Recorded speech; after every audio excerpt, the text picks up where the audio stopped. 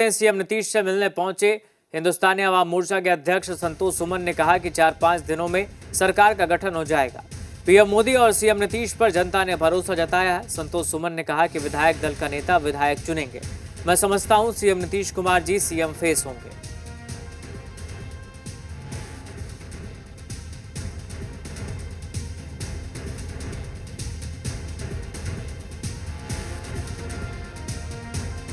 कोई भी चुनाव हो उसमें स्ट्राइक रेट काफ़ी महत्व रखता है। बिहार विधानसभा चुनाव में हम पार्टी की स्ट्राइक रेट काफ़ी बेहतर है। हमारे साथ राष्ट्रीय अध्यक्ष संतोष सुमन जी हैं। संतोष सुमन जी, स्ट्राइक रेट की बात की जाए, जीतन मांझी और आप बोलते थे 100% स्ट्राइक रेट रहेगा। चुनाव के बाद जो रिजल्ट आए हैं, एक जगह चूक हो गई। अफसोस है, लेकिन जनता का जो जनादेश है उसको सलाम करते हैं। और हम लोग के सबसे अनुभवी नेता थे अनिल कुमार जी, और 4 बार के विधायक थे। और हम लोग कभी सपने में भी नहीं सोचे थे कि ऐसे होगी। हम तो 6 के 6 सीट पर हमने मंथन किया, काम किया, और 6 सीट हम बहुत आसानी से जीत रहे थे। ठीक है, ये जो हुआ जनता के लिए काम करेंगे, वहाँ भी काम करेंगे, आप देखेंगे किस कारण से हुआ है। लेकिन आपके माध्यम से सभी बिहार के जनता को, मगध की जनता को और मैं अपने क्षेत्रों की जनता को धन्यवाद देता हूँ, आभार व्यक्त करता हूँ। उन्होंने इस काबिल हमें समझा और एनडीए को समझा, इतना प्रचंड बहुमत दिया। आप लोग कभी सोचे थे कि इतनी सीट आ जाएगी और विपक्ष कहाँ चूक गया?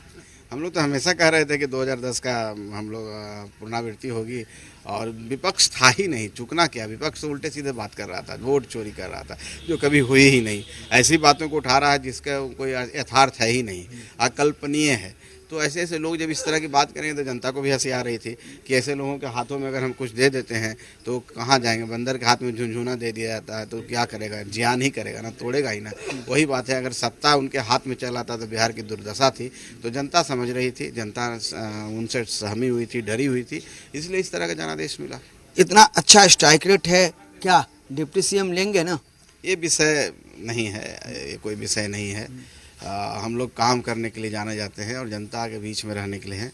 कोई भी दायित्व मिलता है, किसी तरह का भी दायित्व मिलेगा तो उसका निर्वहन करेंगे। लेकिन ये विषय, कितना मंत्री पद लेंगे? अभी यह विषय कुछ नहीं है, इस पर कोई विचार नहीं। मुख्यमंत्री कौन होगा? क्योंकि देखिए सबसे बड़ा सवाल ये है कि मुख्यमंत्री अब कौन होगा।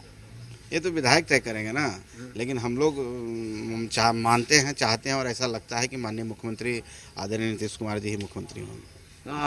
कब तक फैसला हो जाएगा मंत्री को लेकर? और जैसे कि सीएम हाउस में बैठक चल रही है, तमाम नेता जो है बुलाहट हो रहा है, आ रहे हैं, अभी चले आए होंगे या जा रहे होंगे, तो कब तक सारा फैसला होने?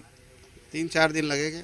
और माननीय प्रधानमंत्री जी को आना है तो भव्य भी होगा, तो 4-5 दिन तो लग ही जाएंगे। आज शाम तक कुछ होने वाला? हाँ, निश्चित शाम तक क्लियर हो जाएगी सारी बातें। क्या क्या कब होना है, शपथ ग्रहण कब होना है, फिर बाद अगले दिन विधायक दल की बैठक होगी, उसमें मुख्यमंत्री भी तय हो जाएंगे। एक पति के लिए पत्नी खास होती है, और उपचुनाव में भी पत्नी को जिताया आपने, इस बार भी पत्नी को जिताया, क्या कहेंगे? जनता ने जिताया, मैंने नहीं जिताया। 11 महीने का जो उनको कार्यकाल मिला, वहाँ की जनता के बीच में रही, इतना घूमी कि वहाँ की जनता उनसे खुश थी और जनता आके जिताई है। मैं तो एक माध्यम हूँ और कुछ नहीं हूँ। पत्नी को स्ट्राइक रेट क्या कहेंगे? 11 महीना का कार्यकाल रहा उनका, बढ़िया रहा।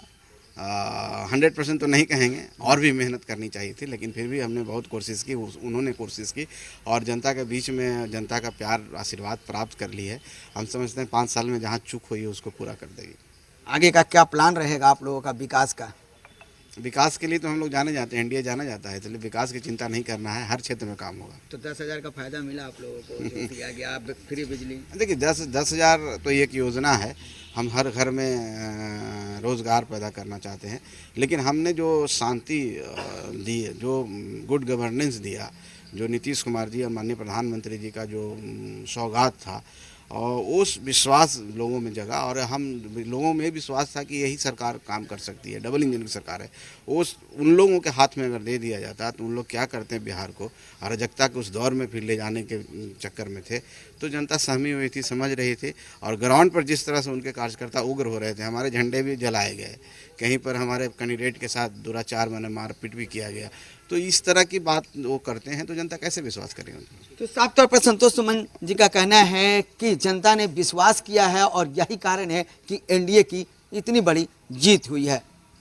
विकास के साथ रूपेंद्र श्रीवास्तव, जी मीडिया, पटना। बिहार विधानसभा